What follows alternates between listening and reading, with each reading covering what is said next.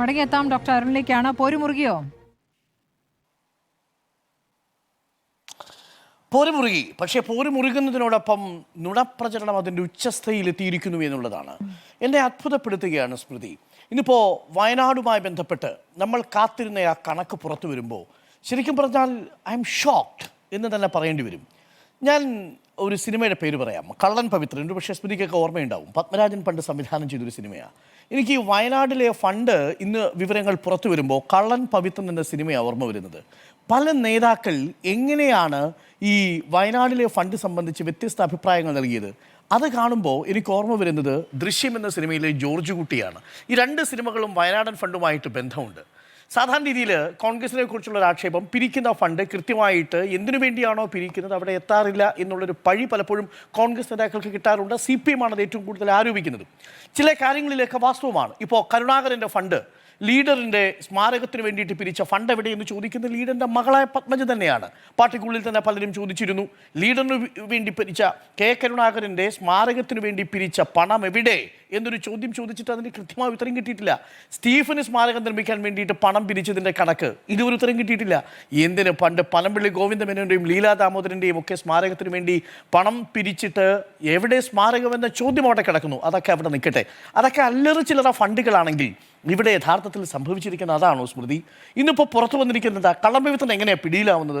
കള്ളംപവിത്രൻ ചെറിയ ചെറിയ തട്ടിപ്പൊക്കെ നടത്തിയപ്പോൾ രക്ഷപ്പെട്ടു പോയിരുന്നു. പക്ഷേ പ്രതിമയും ബാക്കിയുള്ള കിണ്ടിയും സ്വർണവും തങ്കവും ഒക്കെ കേൾക്കാൻ പോവുകയും പിന്നീട് ചില ബന്ധങ്ങളിലേക്കൊക്കെ ചാടുകയും ചെയ്തപ്പോഴാണ് പിടിക്കപ്പെടുന്നത്. ഇവിടെ ഈ പിടിക്കപ്പെടുന്ന ഘട്ടമുണ്ടാവുന്നു. ഇന്ന് യഥാർത്ഥത്തിൽ തൊലിയുരിഞ്ഞ് നിൽക്കുകയല്ലേ കോൺഗ്രസ്. കോൺഗ്രസിലെ നേതാക്കൾക്ക് കൃത്യമായിട്ട് ഉത്തരം പറയാൻ പറ്റുന്നുണ്ടോ? എന്താ നേതാക്കൾ പറഞ്ഞ പ്രതികരണങ്ങൾ? എന്താ VD സതീശൻ പറഞ്ഞത്? വീട് പണി തുടങ്ങിയിട്ടുണ്ട്, നിങ്ങൾക്ക് പോയാൽ കാണാൻ പറ്റുമെന്നാണ്. നട്ടാക്കുരുക്കാത്ത നുണയായിരുന്നില്ലേ? അവിടെ വീട് പണി തുടങ്ങിയോ? നമ്മൾ പോയി കാണിച്ചു കൊടുത്തതല്ലേ? ഒരു വീട് പണിയും അവിടെ തുടങ്ങിയില്ല.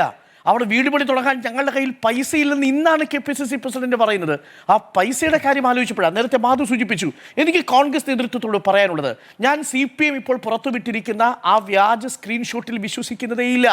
54 കോടി രൂപ കോൺഗ്രസ് പിരിച്ചു എന്ന മട്ടിൽ പ്രചരിക്കുന്ന സ്ക്രീൻഷോട്ടുകൾ വ്യാജമാണെന്ന് തന്നെ കോൺഗ്രസ് നേതാക്കൾ പറയുന്നത് പോലെ ഞാനും വിശ്വസിക്കുന്നു. പക്ഷേ എനിക്ക് 9 ലക്ഷം രൂപ മുടക്കി നിർമ്മിച്ച, അതായത് നമ്മുടെ റിപ്പോർട്ടിന്റെ തൊട്ടപ്പുറത്തുള്ള നമ്മുടെ ഇൻക്യുബേഷൻ സെന്ററിലേക്ക് പോയാൽ, അവിടെയുള്ള നമ്മുടെ സ്റ്റാർട്ടപ്പ് മിഷനിലേക്ക് പോയാൽ 15,000 രൂപയ്ക്ക് നല്ല ഒന്നാന്തരം ആപ്പ് നിർമ്മിച്ചു കൊടുക്കും. അവിടെയാണ് 9 ലക്ഷം രൂപയുടെ ആപ്പ്. എന്തിനു വേണ്ടിയിട്ടാണ്? വയനാട്ടിലെ മനുഷ്യർക്ക്, ദുരിതബാധിതരായ മനുഷ്യർക്ക് വീട് നിർമ്മിച്ചു കൊടുക്കാൻ വേണ്ടിയിട്ട് പണം പിരിക്കുന്നതിന്റെ ഭാഗമായിട്ട് 9 ലക്ഷം രൂപയുടെ ആപ്പ് ഉണ്ടാക്കി. ആ ആപ്പിന്റെ വിവരങ്ങൾ ഒന്ന് പുറത്തുവിട്ടാൽ മതി. എനിക്കതിനകത്ത് ഒരു സംശയം ഉണ്ടാവില്ല. ഞാൻ പൂർണ്ണമായും വിശ്വസിക്കുന്നു. കാരണം എന്താ? ഇതേ ആപ്പ് തന്നെയാണ്.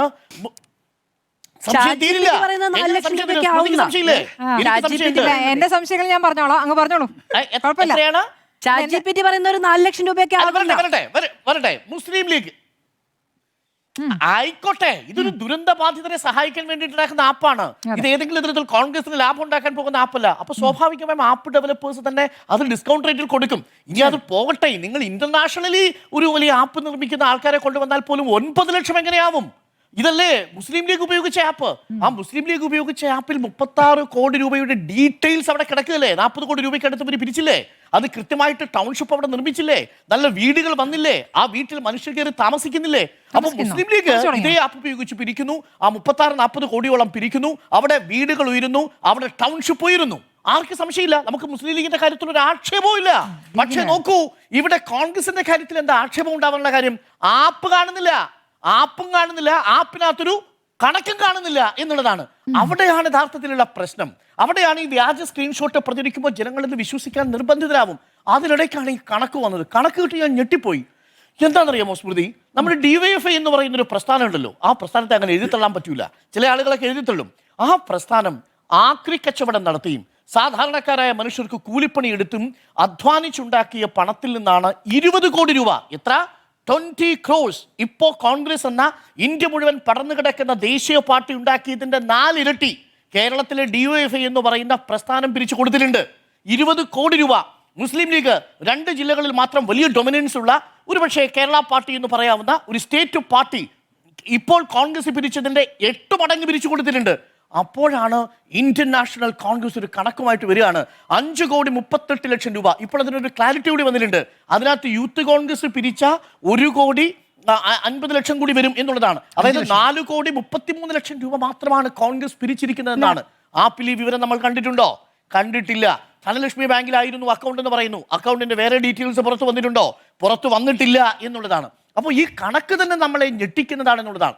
എന്നാൽ അതേസമയം CPM-ഉം CPM-ന്റെ അനുബന്ധ സംഘടനകളും ബഹുജന വർഗ സംഘടനകളും കൊടുത്തിരിക്കുന്ന കണക്ക് നോക്കുമ്പോഴാണ് 140 കോടിയോളം രൂപ മുഖ്യമന്ത്രിയുടെ ദുരിതാശ്വാസ നിധിയിലേക്ക് കൊടുത്തിരിക്കുന്നു. ഡൽഹി ദേശീയ ഘടകം തന്നെ 92,99,000 കൊടുത്തിരിക്കുന്നു. കേരളം സ്വന്തമായിട്ട് പിരിച്ചിട്ടില്ല CPM, അത് മുഖ്യമന്ത്രിയുടെ ദുരിതാശ്വാസ നിധിയിലേക്ക് കൊടുത്തിരിക്കുന്നു. അപ്പോൾ ഇത്രയും കണക്കുകൾ നമ്മുടെ മുന്നിലുണ്ട്. ഇവിടെയാണ് 5 കോടി രൂപ എന്ന് പറയുന്ന, അല്ലെങ്കിൽ 4 കോടി രൂപ എന്ന കണക്കുമായിട്ട് വരുന്നത്. ഇതാണ് ഞാൻ പറഞ്ഞത്. കള്ളൻ പവിത്രനെ ഓർമ്മപ്പെടുത്തുകയാണ് വയനാടിലെ ഫണ്ടുമായി ബന്ധപ്പെട്ടുകൊണ്ടുള്ള കോൺഗ്രസ് നേതാക്കൾ നടത്തുന്ന പ്രതികരണങ്ങൾ. ഇനി ആ ചില നേതാക്കളുടെ പ്രതികരണങ്ങൾ ഒരു ജോർജ് കുട്ടിയെ കൂടി ഓർമ്മിപ്പിക്കുന്നുണ്ട്. എന്താണ്? എന്നിട്ടും വളരെ സത്യസന്ധം എന്ന രീതിയിൽ ഈ നുണ അവതരിപ്പിക്കുകയല്ലേ. എന്താ പ്രതിപക്ഷ നേതാവ് പറഞ്ഞത്? വീട് നിങ്ങൾ പോയി നോക്കിക്കൊള്ളാനാ പറഞ്ഞത്. ഇന്ന് KPCC പ്രസിഡന്റാ പറഞ്ഞ വീട് നിർമ്മിക്കാനെന്ന് മാത്രമല്ല, രണ്ടാമത് വാങ്ങിയ സ്ഥലത്തിന്റെ രജിസ്ട്രേഷൻ കൊടുക്കാനുള്ള 73 ലക്ഷം രൂപ പോലും ഞങ്ങളുടെ കയ്യിലില്ല. രണ്ടാമത്തെ പ്ലോട്ട് വാങ്ങി ഇതിന്റെ രജിസ്ട്രേഷൻ നടത്താനുള്ള പൈസ ഞങ്ങളുടെ കയ്യിലില്ല. സ്മൃതി, ഞാൻ അവിടെയുള്ള പരിസര പ്രദേശത്തെ ആളുകളുമായിട്ട് അന്വേഷിച്ചപ്പോൾ ആദ്യം വാങ്ങിയ പ്ലോട്ടിന്റെ അടുത്തിടെ നടന്ന ഒരു ട്രാൻസാക്ഷനിൽ 40,000-45,000 രൂപയാണ് സെന്റിന്. ഇവിടെ ഇതെങ്ങനെയാ 1.5 ലക്ഷം രൂപയാവുന്നത്? ഒരേ സ്ഥലത്ത് കിടക്കുന്ന, ഒരേപോലെ കിടക്കുന്ന പ്ലോട്ടിന് 3-4 മടങ്ങാണ് കോൺഗ്രസിൽ കാണിച്ചിരിക്കുന്നത്. അവിടെയാണ് KPCC പ്രസിഡന്റ് ആദ്യം 5 കോടി എന്ന് പറയുന്നു, പിന്നീട് 3 കോടി 68 ലക്ഷം രൂപ എന്ന ആധാരത്തിൽ കാണുന്നത് പുറത്തു വരുന്നു. അപ്പോൾ അടിമുടി ദുരൂഹതയാണ്. വയനാട്ടിലെ ഒരു ടൗൺഷിപ്പിന്റെ കാര്യത്തിൽ ഈ ദുരൂഹതയാണെങ്കിൽ 2 ലക്ഷം കോടി രൂപയോളം ട്രാൻസാക്ട് ചെയ്ത് നമ്മുടെ ബഡ്ജറ്റൊക്കെ ഈ നേതാക്കളുടെ കയ്യിൽ എടുത്തു കൊടുത്താൽ എന്തോരം ദുരൂഹതയായിരിക്കും എന്നുള്ളതാണ് എനിക്ക് സംശയം. ഇവിടെയാണ് കോൺഗ്രസ് അവരുടെ വിശ്വാസത കൊണ്ട് കളഞ്ഞു കുളിക്കുക. ഇതാ നോക്കൂ, മാർച്ച് 26-ാം തീയതി KC വേണുഗോപാൽ പറയുന്നു, UDF സർക്കാർ വന്നാൽ ആദ്യ പരിപാടി മുണ്ടക്കൈ ചൂരമല വീടുകളുടെ പൂർത്തീകരണമായിരിക്കും. ഇതെന്താണ് KC വേണുഗോപാൽ പറയുന്നത്? KC വേണുഗോപാലിന് വലിയ പിടിയുണ്ടോ? ആ വീട്ടിൽ ഇന്നും നാളെയുമായിട്ട് 35-40 ആളുകൾ കയറി താമസിക്കും. അടുത്ത വിഷുവിന് മുമ്പ് ബാക്കിയുള്ള ആളുകൾ താമസിപ്പിക്കും. മഴ വരുന്നതിന് മുമ്പ് ബാക്കിയുള്ള ആളുകൾ കൂടി അവിടെ പ്രവേശനം ഉറപ്പാക്കും. നോക്കൂ, ഇനി അത് 1-2 മാസം കൂടി മുഴുവൻ ഘട്ടത്തിൽ ആളുകളുടെ തൽപ്പരമാണ്. വീട് ഉയർന്നു, സ്ട്രക്ചർ ഉയർന്നു, പട്ടയം കിട്ടി, അവിടെ ആളുകൾക്ക് താക്കോൽ ദാനവും നിറവേറ്റി കഴിഞ്ഞു. ശരിയാണ്, നേരത്തെ പ്രതീക്ഷിച്ചതുപോലെ ആളുകൾക്ക് ആ ദിവസം തന്നെ താമസിക്കാൻ പറ്റിയില്ല. വലിയൊരു പ്രോജക്റ്റ് ആണല്ലോ, 5 ഘട്ടമായി വികസിച്ച് കിടക്കുക. അവിടെയാണ് KC വേണുഗോപാൽ പറയുന്നത്, സ്വന്തമായിട്ട് വാഗ്ദാനം ചെയ്ത പറമ്പിൽ ഒരു കക്കൂസ് പോലും നിർമ്മിക്കാൻ പറ്റാതെ പറയാണ്, ഞങ്ങൾ അധികാരത്തിൽ വന്നാൽ ചൂരമല മുണ്ടക്കൈ ദുരന്ത ബാധിതരുടെ വീടുകളുടെ പൂർത്തീകരണം. ഇനി അവിടെ പൂർത്തീകരിക്കാൻ ഒന്നുമില്ല സാർ. സർക്കാർ വരുമ്പോഴേക്കും ബാക്കി പ്രവൃത്തികളെല്ലാം സർക്കാരിന്റെ ടൗൺഷിപ്പിൽ പൂർത്തിയാവും. കോൺഗ്രസിന്റെ വീട് എവിടെ എന്ന ചോദ്യത്തിന് അവർ പതറി നിൽക്കുന്ന കാഴ്ചയല്ലേ. അതിനുശേഷം കോൺഗ്രസിൽ വയനാട്ടിൽ സ്ഥലം വാങ്ങി കല്ലിട്ട് പണി തുടങ്ങിയത് VD സതീശൻ മാർച്ച് 28-ന് പറയുന്നു, ഇന്ന് ഏപ്രിൽ 4-ാം തീയതി വയനാട്ടിൽ വീട് നിർമ്മിക്കാൻ കോൺഗ്രസിന്റെ കയ്യിൽ ഫണ്ടില്ലെന്ന് പറയുന്നു. ഇതാണ് ഞാൻ പറഞ്ഞത്, ദൃശ്യം സിനിമയിലെ ജോർജ് കുട്ടിയെ അനുസ്മരിപ്പിക്കുന്ന രീതിയിലുള്ള പ്രതികരണങ്ങളാണ് വയനാടിന്റെ കാര്യത്തിൽ ഉണ്ടാവുന്നത്. പോര് മുറുകുമ്പോൾ നുണയുടെ പോര് കൂടിയാണ് മുറുകുന്നത് എന്നുള്ളത് അത്യന്തം ഖേദകരമായ കാര്യം. ഇനി ടി സിദ്ദീഖിന്റെ കാര്യത്തിൽ ഒരു ക്ലാരിഫിക്കേഷൻ ഉണ്ട്. മാധു പറഞ്ഞത് CPM പ്രചരിപ്പിക്കുന്ന ഒരു കാര്യമാണെങ്കിലും ഇന്ന് അതിനകത്തൊരു വിശദീകരണം വന്നിട്ടുണ്ട്. ആ വിശദീകരണം കൂടി പറഞ്ഞു പോകണം. നമ്മൾ ടി സിദ്ദീഖിനെ ആ ഘട്ടത്തിൽ പ്രതിസ്ഥാനത്ത് നിർത്താൻ പാടില്ല. ടി സിദ്ദീഖ് ശരിയാണ്, ഫേസ്ബുക്ക് പോസ്റ്റ് ഇട്ടിരുന്നു. പക്ഷെ അതിന്റെ അടിയിൽ ഒരു കാര്യം കൂടി എഴുതിയിരുന്നു. അത് പക്ഷേ മനഃപൂർവ്വം പ്രചരിപ്പിക്കുന്നവർ കട്ട് ചെയ്ത് മാറ്റി. ടൈംസ് ന്യൂസ് ടൈംസ് എന്നോ സ്പോൺസറാണ് ഈ വീട് നിർമ്മിച്ചു കൊടുക്കാമെന്ന് പറഞ്ഞത്. അത് കോൺഗ്രസ് സ്ഥലം അവിടെ രജിസ്റ്റർ ചെയ്തിട്ടുണ്ട്. അല്ല, ആരാണ് പ്രചരിപ്പിക്കുന്നത് എന്നുള്ള കാര്യം കൂടി അങ്ങൊന്ന് വിശദമായി പറഞ്ഞോളൂ. അങ്ങേക്ക് എത്രയും ധാരണ ടി സിദ്ദീഖ് വാഗ്ദാനം ചെയ്ത് വഞ്ചിച്ചു എന്നുള്ള വാർത്താ സമ്മേളനം നടത്തിയാലും പറയുന്നത് അവിടെ കേക്കൂ. ഞാൻ കോൺഗ്രസ് അനുകൂലമായൊരു കാര്യം പറയുമ്പോഴും സ്മൃതി എന്തിനാണ് ഇടപെടുന്നത്?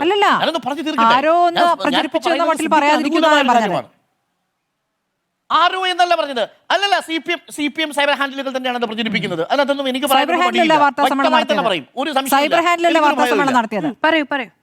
എന്താണ് വാർത്താ സമ്മേളനം? അല്ല, കേരഫി. പക്ഷെ അവിടെ ഒരു പ്രശ്നമുണ്ട്, പറയാം. അവിടെ ഒരു പ്രശ്നമുണ്ട്.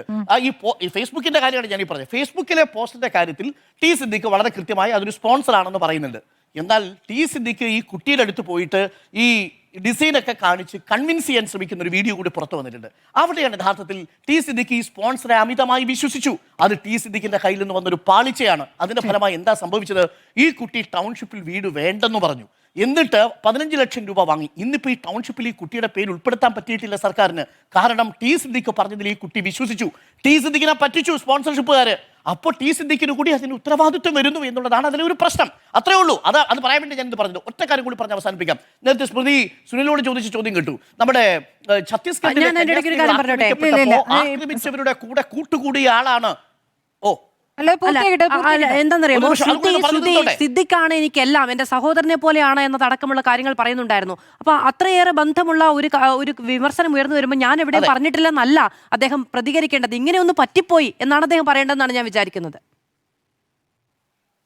അല്ലല്ല ആണ് ഞാൻ അതിനകത്ത് ഞാൻ അഭിപ്രായം പറയുന്നില്ല. ഇത് അതിന്റെ വസ്തുത പറഞ്ഞെന്ന് മാത്രമേ ഉള്ളൂ. ഒരു കാര്യം കൂടി അപ്പം ഞാൻ പറഞ്ഞു വന്നത്, ഛത്തീസ്ഗഡ് ഈ കന്യാസ്ത്രീകൾ ആക്രമിക്കപ്പെട്ടപ്പോൾ ആക്രമിച്ചവരുടെ കൂട്ടത്തിൽ ആക്രമിച്ചവരോടൊപ്പം കൂട്ടുകൂടുകയാണ് കേരളത്തിലെ മുഖ്യമന്ത്രി.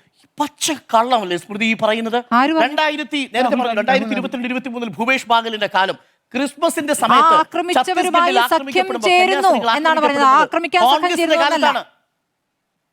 അതെങ്ങനെയാണ് നിങ്ങൾക്ക് കന്യാസ്ത്രീകളുടെ ആക്രമണവുമായി അതിനെ ബന്ധിപ്പിക്കാൻ കഴിയുക? ഈ അങ്ങനെയാണോ പല കാര്യങ്ങളും പറയുന്നത്? രാഷ്ട്രീയത്തിൽ രാഷ്ട്രീയ പ്രസംഗത്തിൽ ഇത്തരം ആളുകളുമായി കൂട്ടുകൂടുമോ എന്ന ചോദ്യം ഗുണപ്രസംഗം എന്ന് പറയാം. നിങ്ങൾക്ക് നുണയാണ്. നുണ എന്ന വാക്കാണ് നിങ്ങൾക്ക് താല്പര്യമുള്ള വാക്ക്. നന്നായി പ്രയോഗിക്കാം. നുണ എന്ന വാക്ക് നന്നായി പ്രയോഗിക്കാം. നുണ എന്ന വാക്ക് നന്നായി ശരി. പൂർത്തിയാക്കോളൂ. എനിക്ക് ഒരു ചോദ്യം സ്മൃതിയോടുണ്ട്. ഒറ്റ ചോദ്യം, സ്പെസിഫിക് ആയ ക്വസ്റ്റ്യൻ. ഛത്തീസ്ഗഡിലെ ഈ മത സ്വാതന്ത്ര്യ നിയമം വകുപ്പ് 4 ഏത് സർക്കാർ കൊണ്ടുവന്നതാ ഒന്ന് പറയാമോ? ഈ കന്യാസ്ത്രീകളെ പീഡിപ്പിച്ച നിയമം, ഛത്തീസ്ഗഡിലെ കരി നിയമം എന്ന് ഞാൻ വിശേഷിപ്പിക്കുന്ന ഈ നിയമം മധ്യപ്രദേശിനെ 2 വിഭജിച്ച് ഛത്തീസ്ഗഡ് ഉണ്ടാക്കിയുമ്പോൾ അജിത് ജോഗി കൊണ്ടുവന്നതല്ലേ? അന്ന് കോൺഗ്രസ് അല്ലേ ഭരണത്തിലിരുന്നത്? ഈ കന്യാസ്ത്രീകളെ പീഡിപ്പിക്കത്തക്ക രീതിയിൽ നിയമം ഉണ്ടാക്കിയത് കോൺഗ്രസ് ആണോ അല്ലയോ? സ്മൃതി ഒന്ന് പറഞ്ഞേ. നോക്കൂ, നിയമമുണ്ടാക്കി ഞാൻ കോൺഗ്രസിനെ അങ്ങനെ ന്യായീകരിക്കാനൊന്നും ഞാൻ തയ്യാറല്ല. നോർത്തിൽ, അതായത് കോൺഗ്രസ് പലപ്പോഴും കോൺഗ്രസിലെ പല നേതാക്കളും ബി ജെ പിയിലേക്ക് പോവുകയും ബി ജെ പി നിലപാടോടുകൂടി പ്രവർത്തിക്കുകയും നമുക്ക് അല്ല സത്യസന്ധത എല്ലാ കാലത്തും അങ്ങനെ തന്നെയാണ്. പ്രത്യേക കാര്യത്തിൽ മാത്രമല്ല. തർക്കമില്ലാത്ത കാര്യമാണ്. പക്ഷെ ഞാൻ ഒറ്റ കാര്യമുള്ളൂ ഡോക്ടർ അരുൺ, കന്യാസ്ത്രീകൾ ബി ജെ പി കാലത്ത് എത്രത്തോളം ആക്രമണങ്ങൾ കൂടി എന്നതിന്റെ കണക്ക് സഭ തന്നെ തയ്യാറാക്കിയത് നമ്മുടെ മുന്നിലുള്ളപ്പോൾ അതിനെക്കുറിച്ച് വിമർശനമില്ലാതിരിക്കുന്നത് എന്താണെന്നാണ് ചോദ്യം. എന്റെ സമയമാണ്. സമയം കഴിയാനായി. വേഗം പറയൂ. ഞാൻ പറയാം. അപ്പൊ ഒന്ന് കേൾക്കൂ. അതിനിടയ്ക്ക് സ്മൃതി ഇടപെടുകയല്ലേ? സ്മൃതി ചോദിച്ചപ്പോൾ ഞാൻ പറയണ്ടേ? ഞാൻ കേട്ടു.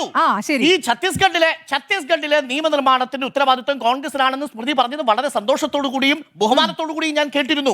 അത് വളരെ പ്രധാനപ്പെട്ട കാര്യമാണ്. സ്മൃതി പറഞ്ഞത് സത്യമാണ്. ഇനി ഞാൻ പറയുന്നത് കൂടി കേൾക്കൂ. അതിനുശേഷം ആ നിയമത്തിന്റെ ഭേദഗതി വരുത്താൻ രാഹുൽ ഗാന്ധി തയ്യാറായോ? ഹിമാചൽ പ്രദേശിൽ തയ്യാറായോ? തീർന്നില്ല. അന്ന് ഈ ഛത്തീസ്ഗഡിൽ കന്യാസ്ത്രീകൾ ആക്രമിക്കപ്പെട്ടപ്പോൾ പോയ നേതാവിന്റെ പേര് ബൃന്ദ കാരാട്ട് എന്നല്ലേ? അന്ന് അവിടെ എത്തിയ ഒരു നേതാവിന്റെ പേര്. മറ്റു കേരളത്തിലെ കോൺഗ്രസ് നേതാക്കളും അവിടെ പോയി ഇല്ലെന്ന് ഞാൻ പറയില്ല. നമ്മുടെ അങ്കമാലിയിലെ റോജി അടക്കമുള്ളവർ അവിടെ എത്തി, അൻവർ സാദത്ത് അടക്കമുള്ളവർ അവിടെ എത്തി. അന്ന് കേരളത്തിൽ നിന്നുള്ള നേതാക്കൾ അവിടെ എത്തി. പക്ഷേ എന്റെ ചോദ്യം, അന്ന് ഛത്തീസ്ഗഡിലെ കോൺഗ്രസ് നേതാക്കളുടെ പ്രതികരണം എന്തായിരുന്നു? സ്മൃതി ഓർമ്മിക്കുന്നോ? ഏതെങ്കിലും ഒരു ഛത്തീസ്ഗഡിലെ കോൺഗ്രസ് നേതാവ്, ഛത്തീസ്ഗഡിലെ PCC അധ്യക്ഷനെ നിങ്ങൾക്ക് അന്ന് കന്യാസ്ത്രീകൾക്കൊപ്പം അവർക്കൊപ്പം നിൽക്കാൻ BJP-ക്കാർക്കെതിരെ ഒരു വാക്ക് പറയാൻ കണ്ടുകിട്ടാൻ സാധിച്ചിരുന്നോ? സ്മൃതി, ക്യാൻ യു സേ? സ്മൃതിക്ക് പറയാൻ പറ്റുമോ? എനിക്ക് തർക്കമില്ലാത്ത കാര്യങ്ങളാണ്. ഇവിടുത്തെ കേരളത്തിലെ കോൺഗ്രസുമായി ബന്ധപ്പെട്ടാണ് ഞാൻ പറഞ്ഞത്.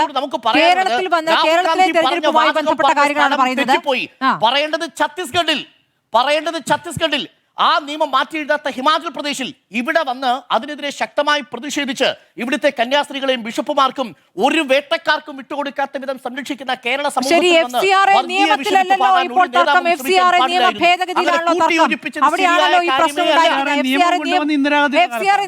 പ്രശ്നം, നിയമ ഭേദഗതിയിലാണ് പ്രശ്നം എന്നുള്ളത് ഇവിടെ സഭയടക്കം പറയുമ്പോൾ നിയമമല്ല പ്രശ്നം, നിയമ ഭേദഗതിയിലാണ്. ഇതിൽ പിണറായി വിജയൻ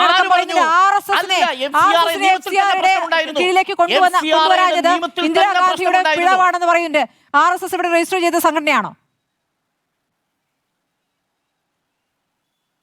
മനസ്സിലായില്ല. FCRA നിയമ ഭേദഗതിയിൽ തന്നെ പ്രശ്നമുണ്ട്, FCRA നിയമത്തിന്റെ രൂപത്തിൽ തന്നെ പ്രശ്നമുണ്ട്. ശരി. ഘടനാപരമായി തന്നെ നിയമത്തിന്റെ FCRA നിയമത്തിന്റെ ഈ പണം രൂപത്തിൽ വാങ്ങുന്നത് പ്രശ്നം ഇന്ത്യയിലെ ഇതുവരെ ആരും ന്യൂനപക്ഷ സംഘടനകളെ ഏത് ഉന്നയിച്ചിട്ടില്ല. നിമിഷവും ആക്രമിക്കാൻ, ഡോക്ടർ അരുൺ ഒരു ഈ ഭൂരിപക്ഷ നിമിഷം വരെയും ആക്രമിക്കാൻ ഉന്നയിച്ചിട്ടില്ല. രീതിയിലാണ് ഇപ്പോൾ വിട്ടുകൊടുക്കുന്നത്. അനുഭവസ്ഥർ അല്ല, ഒരു കാര്യം കൂടി, ഭേദഗതിയുമായി ഞാൻ അവസാനിപ്പിച്ചോട്ടെ. ബന്ധപ്പെട്ടാണ് ആരോപണം ഉന്നയിക്കുന്നത്. ഭേദഗതിയുമായി ബന്ധപ്പെട്ടാണ് അവരുടെ എതിരഭിപ്രായം പറയുന്നത്. അല്ലെ, സംശയമൊന്നുമില്ല.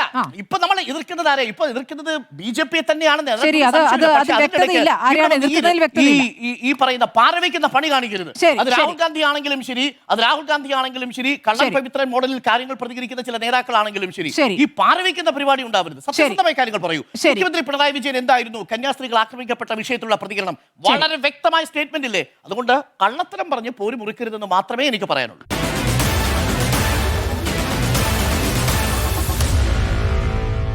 Meet the editors.